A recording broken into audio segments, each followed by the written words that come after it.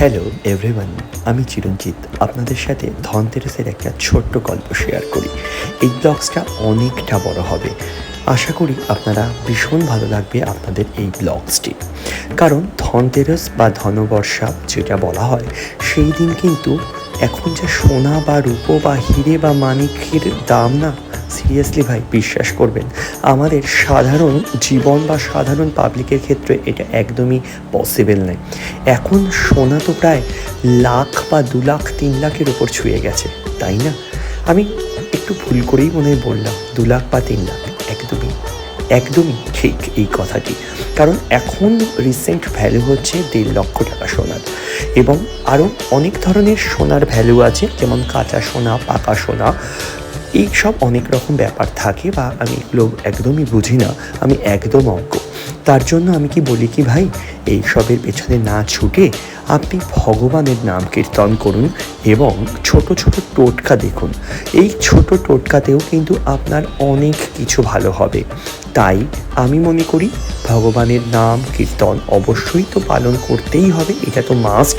এবং এই টোটকাগুলোর সাথে আপনারা একটু পরিচয় হয়, কারণ এই টোটকা আমার অ্যাস্ট্রোলজার দিয়েছেন এবং সেটা ভীষণ উপকার হয়, এর জন্যই আপনাদের সাথে শেয়ার করি।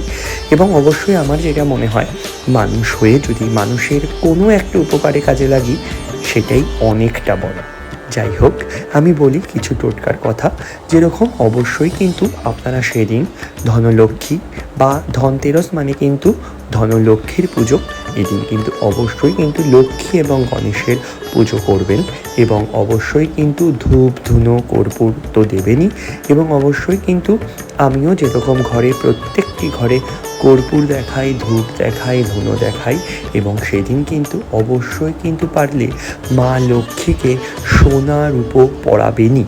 কারণ অনেকেই জানি সোনা রূপোটা সারা বছর না পরালেও কিন্তু এই স্পেশাল দিনগুলোতে কিন্তু মাকে অবশ্যই কিন্তু এগুলো পরাবেন, কারণ এগুলো রিচুয়ালস, এগুলো নিয়ম। তাই আমিও চেষ্টা করি। এবং অবশ্যই কিন্তু টোটকা যে বলেছিলাম, টোটকার মধ্যে অবশ্যই কিন্তু একটা লাল বটুয়ার মধ্যে সোনা এবং রূপো, অর্থাৎ সোনা রূপো মা লক্ষ্মীর কয়েন অবশ্যই রাখার চেষ্টা করবেন। আর যারা পারেন না এমনি রাখবেন। এবং 5টা কর্পূর, 5টা লবঙ্গ, এবং অবশ্যই কিন্তু আপনার মনের উইশ বা আপনার মনের যেটা ভাবনা চিন্তা, যে মা আমার এই যে কাজটি করছি মন দিয়ে, এই কাজটি যেন আরও অনেক উন্নতি হয়। আমি জানি ভগবান সবার কাজে উন্নতি করবেন, কারণ আপনি যেটা ভক্তি ভরে করবেন সেটাই মা করবেন।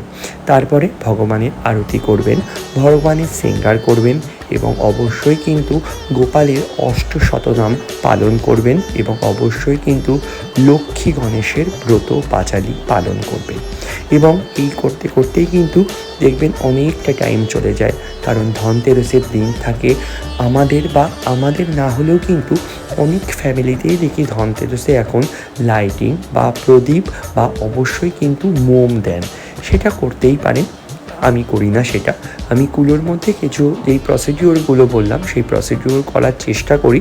আর এখন তো সবই তো ক্রেজ, আর ক্রেজটা হোক না, সবই হোক না ভালোর জন্য। আমিও যেরকম সব কিছুই কিন্তু অবশ্যই ভালোর জন্য করার চেষ্টা করি। আপনারাও করুন, ভালো লাগবে। টাটা, গল্প হবে আরও অনেক।